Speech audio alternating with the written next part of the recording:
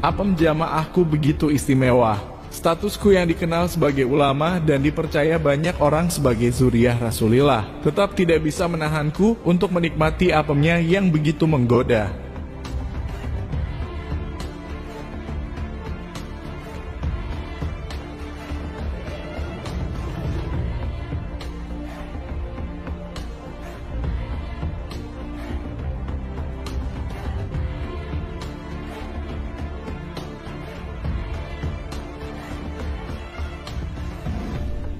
Aku adalah Habib Toha bin Yahya. Lengkapnya adalah Al-Habib Toha bin Abu Bakar dari marga bin Yahya, marga Habib yang cukup terkenal di Indonesia karena margaku dikenal sebagai marga perampok nasab dan perampok sejarah leluhur pribumi Nusantara. Selain itu, margaku juga dikenal sebagai marga antek penjajah karena pendahulu kami yang bernama Al-Habib Usman bin Yahya merupakan pahlawan penjajah Belanda. Berkat kecerdasannya, beliau mampu meredam pemberontakan kaum pribumi Nusantara dengan menfatwakan haram hukumnya memberontak kepada majikan kami Kompeni Belanda yang mulia. Kembali kepada cerita pribadi saya, menikmati apem tetangga yang begitu istimewa. Terlahir sebagai manusia dengan status Habib yang dipercaya sebagian besar umat Islam Indonesia sebagai zuriat Rasulillah, membuat kehidupanku begitu indah dengan berlimpahnya segala macam kemuliaan yang saya dapatkan dari sebagian besar umat Islam. Meskipun status kami adalah warga keturunan imigran, kami tidak pernah takut untuk membuat keonaran, membuat kegaduhan, karena sudah pasti kami akan dibela mati-matian oleh sebagian besar umat Islam. Itu semua berkat kehebatan para leluhur kami yang pertama datang ke Nusantara, yang mana mereka semua berhasil merusak otak umat Islam bangsa Indonesia, sehingga golongan kami diyakini 1000% oleh mereka sebagai keturunan Rasulillah. Jujur kami sempat khawatir dengan munculnya si Imad Kiai Jancuk dari Banten yang telah mengotak-atik nasab kami sebagai keturunan Nabi. Di awal kemunculannya, kami begitu khawatir sebab golongan kami memang tidak bisa membuktikan nasab kami benar-benar bersambung kepada baginda Nabi. Tesis si Imad Jancuk benar-benar tidak bisa kami bantah, sehingga saat itu kami begitu panik menghadapinya. Untungnya sebagian besar otak kaum pribumi Nusantara begitu bodoh dan dodol sehingga mereka tidak mempercayai tesis yang dibuat saudara mereka yang sesama pribumi Nusantara, dan lebih mempercayai golongan kita orang yang hanya kaum keturunan imigran Yaman. Bahkan ketua organisasi Islam terbesar di Indonesia pun mendukung kebenaran nasab kita, meskipun dia tahu nasab leluhur kami yang bernama Ubaidillah tidak tercatat dalam kitab nasab selama 5 abad lamanya. Entah dia memang bodoh atau bagaimana, sehingga dia lebih memilih husnuzon kepada nasab kita, dan itu membuat kita semua tidak ragu lagi untuk terus berbuat huru-hara dan terus membodohi mereka kaum pribumi Nusantara. Dengan kebodohan kaum pribumi Nusantara yang tidak menerima kajian ilmiah saudara mereka, pada akhirnya kami bisa terus hidup mulia, melakukan segala sesuatu dengan sesuka hati kita, menikmati indahnya dunia dengan tidak pernah khawatir terjadi apa-apa. Ada yang berusaha keras merebut kepemimpinan negara, ada yang berlagak paling NKRI untuk membodohi kaum pribumi, dan masih banyak lagi pembodohan-pembodohan kami yang tidak diketahui oleh bangsa ini. Nah, khusus untuk saya Al-Habib Toha bin Yahya, saya masih belum tertarik untuk melakukan agenda-agenda besar seperti mereka. Saya masih ingin memuaskan hawa nafsu saya sepuas-puasnya, mumpung saya masih muda dan masih bisa memuaskan wanita pujaan saya. Dan waktu itu mata saya tertuju kepada seorang wanita jamaah saya, yang kebetulan dia masih tetangga dengan saya. Apemnya bagi saya begitu menggoda, sehingga membuat senjata torpedo saya meronta-ronta seperti rudal Israel yang ingin menghujam jantung kota Gaza.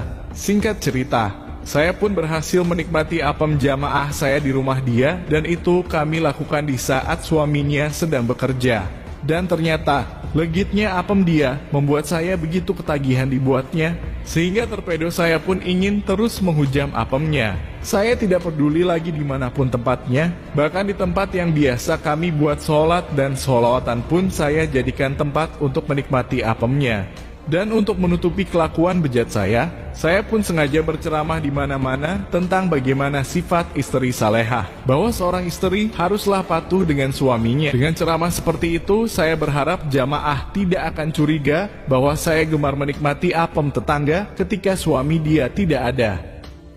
Gimana kita mau menolong anak istri kita kalau badan kita saja tidak bisa menyelamatkan dari kemaksiatan, tidak bisa menyelamatkan daripada panasnya dunia ini, jangan harap engkau bisa menyelamatkan anak istrimu.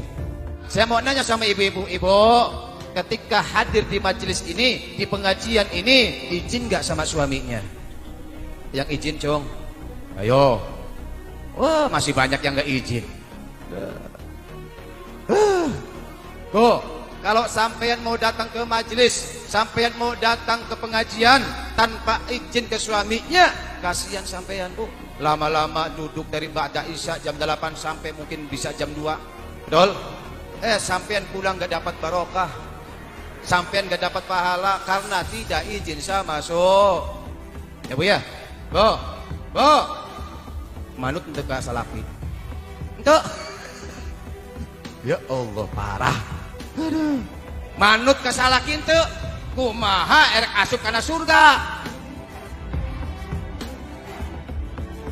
Begitulah yang saya bahas ketika berceramah di mana-mana tentang seharusnya sikap seorang istri yang diwajibkan patuh kepada suaminya.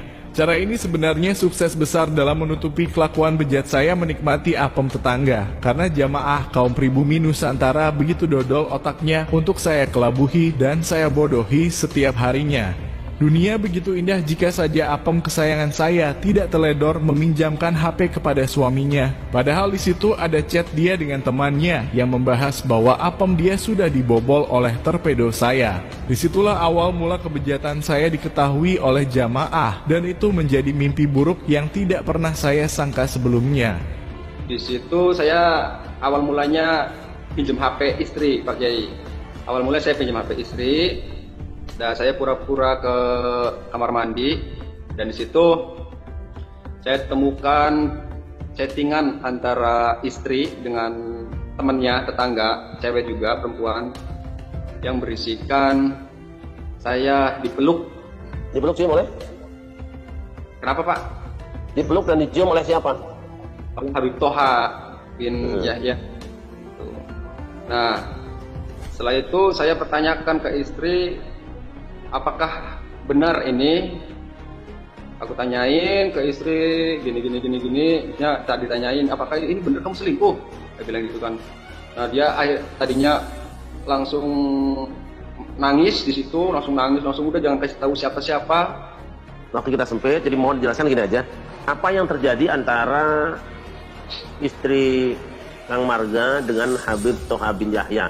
Itu hubungan asmara sudah sampai sejauh apa? Apakah mereka sudah sampai berzina atau bagaimana?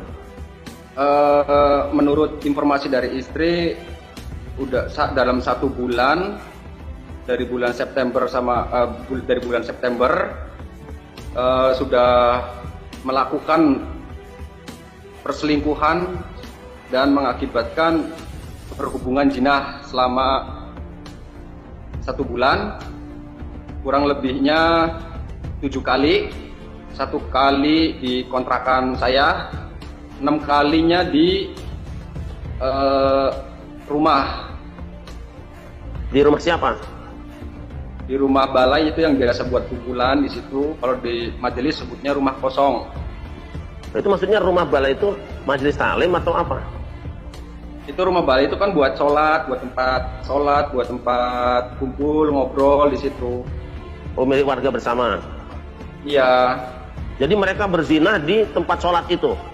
Yang pertama berzina di kontrakan saya. Terus yang ke-2 dan 3 dan seterusnya itu di rumah kalau di majelis sebutnya rumah kosong ataupun rumah bulan di situ. Yang berarti sholat itu? Iya. Terus apa sudah dikonfrontir si Habib Toha bin Yahya itu, sudah mengakui juga? Dua-duanya sudah mengakui bahwa mereka melakukan perselingkuhan dan perzinahan selama kurang lebihnya 7 kali.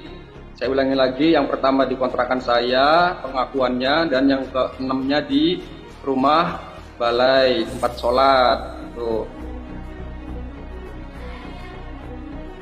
Dengan terbongkarnya kelakuan bejat saya menikmati apem istri tetangga, tentu saja ini menjadi pukulan yang sangat menyakitkan buat saya. Selain karena saya tidak bisa lagi menikmati legitnya apem kesayangan saya, tentu saja ketakutan terbesar saya adalah sadarnya kaum pribumi Nusantara bahwa kelakuan kami kaum Habib Ba'alawi sangat jauh dari sifat Nabi yang selama ini kami klaim sebagai leluhur kami. Pada akhirnya saya cuma bisa berharap supaya kaum pribumi tetap dodol otaknya, sehingga meskipun di luar sana, selain saya juga sudah banyak yang terbongkar kebejatannya, kaum pribumi tetap memuliakan kita karena kebodohannya.